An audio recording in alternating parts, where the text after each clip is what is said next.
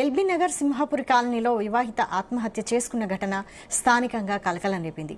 Software ఉద్యోగం చేస్తున్న భర్త వేధింపులే ఆత్మహత్యకు కారణమని బంధువులు ఆరోపిస్తున్నారు. కుటుంబ సభ్యులతో కలిసి భర్త రాజశేఖర్ తమ కూతురిని కొంతకాలంగా చిత్రహింసలకు గురి చేస్తున్నారని తల్లిదండ్రులు ఆరోపించారు.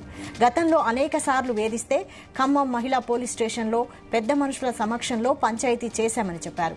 అయినా భర్త తన ప్రవర్తన మార్చుకోకుండా వేధింపులకు పాల్పడుతున్నారని కుటుంబ సభ్యులు ఆవేదన వ్యక్తం చేస్తున్నారు. ఈ మేరకు పోలీసులు కేసు నమోదు చేసుకుని దర్యాప్తు చేస్తున్నారు.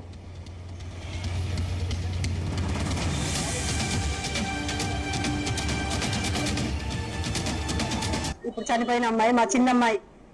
ఆమెకి 2021 సెప్టెంబర్ 1 తారీఖున మేము ఘనంగా బంధుమిత్ర సభ వారి వారంతో ఘనంగా పెళ్లి చేసి పంపించాం సార్. పెళ్లి చేసినప్పుడు బానే ఉన్నారు సార్. 4 నెలల తర్వాత నుంచి ఆమెకి టార్చర్ మొదలైంది సార్. ఏ రకంగా అంటే అన్ని రకాలుగా అన్ని వైపుల నుంచి ఒత్తిడి తీసుకొచ్చి మా అమ్మాయిని బాగా టార్చర్ పెట్టారు సార్. డబ్బుల కోసం బాగా ఇబ్బందులు పెట్టారు సార్ మా అమ్మాయిని. మా అమ్మాయి తట్టుకోలేక పోయిన సంవత్సరం 2 సంవత్సరాల బ్యాగ్ కూడా బాగా కొట్టాడు సార్. విపరీతంగా కొట్టి లేవలేకుండా చేస్తే బాగు చేయించుకున్నాను సార్. తీసుకెళ్లి బాగు చేయించుకున్నాక మళ్ళీ వచ్చాడు తీసుకెళ్లడానికి. వస్తే అట్లా కాదు, మీ పెద్ద మనుషుల్ని తీసుకొని రా అంటే పెద్ద మనుషుల్ని తీసుకొని వచ్చారు సార్. పెద్ద మనుషుల్ని తీసుకొని వచ్చినా వాళ్ళు లేడీస్ని తీసుకొని వస్తే మేము లేడీస్ని తీసుకొని వస్తే పంపించము.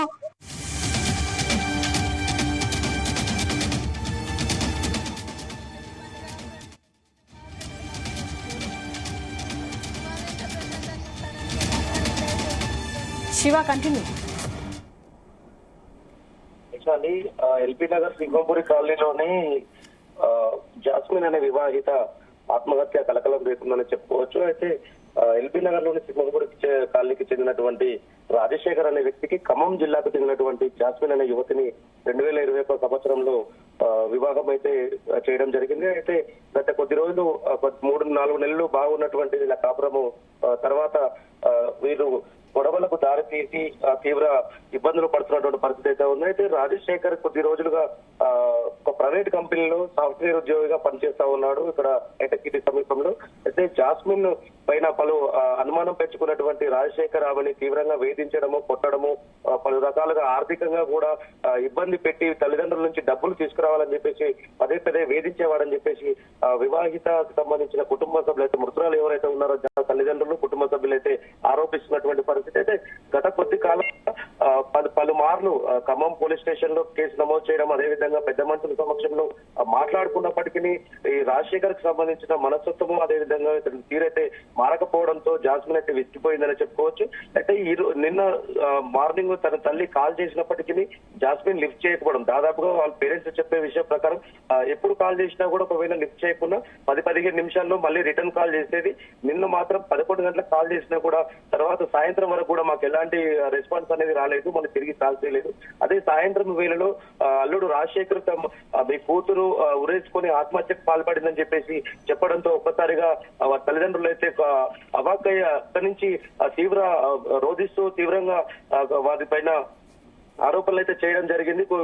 రాజశేఖర్ కుటుంబ సభ్యుల పైన తీస్తే పలు అనుమానాలు, అయితే ఆత్మహత్య చేసుకున్నటువంటి వివాహిత ఏదైతే ఉందో ఆమె ఒంటి పైన పలు గాయాలు ఉన్నాయి. పదే పలుమార్లు కూడా దాడి చేశారు.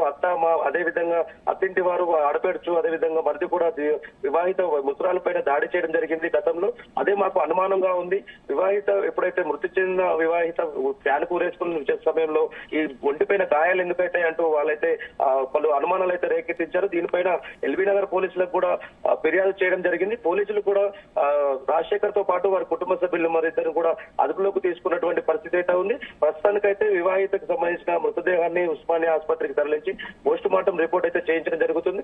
దీని నివేదిక పోస్ట్ మార్టం బిఎం రిపోర్ట్ వచ్చిన తర్వాత ఏం జరిగింది, మా వివాహిత నిజంగా సూసైడ్ చేసుకుందా, వీళ్ళు బంధువులు ఆరోపించినట్లు అయితే తల్లిదండ్రులు మాత్రం నా కూతురు చనిపోయేంత పెరిగిపోతే కాదు, చాలా 4 సంవత్సరాలుగా వేధిస్తున్నా కూడా చాలా దృఢంగా మానసికంగా దృఢంగా ఉంది, అయినా వీళ్ళు చంపేసి ఆత్మహత్యగా చిత్రీకరిస్తున్నారు, అల్లుడు రాజశేఖర్ అదేవిధంగా వారి కుటుంబ సభ్యులు చంపి ఆత్మహత్యగా చిత్రీకరించారని చెప్పేసి ఆరోపణలు అయితే చేయడం జరిగింది. పోలీసు వారికి కూడా అదే ఫిర్యాదు చేయడం జరిగింది.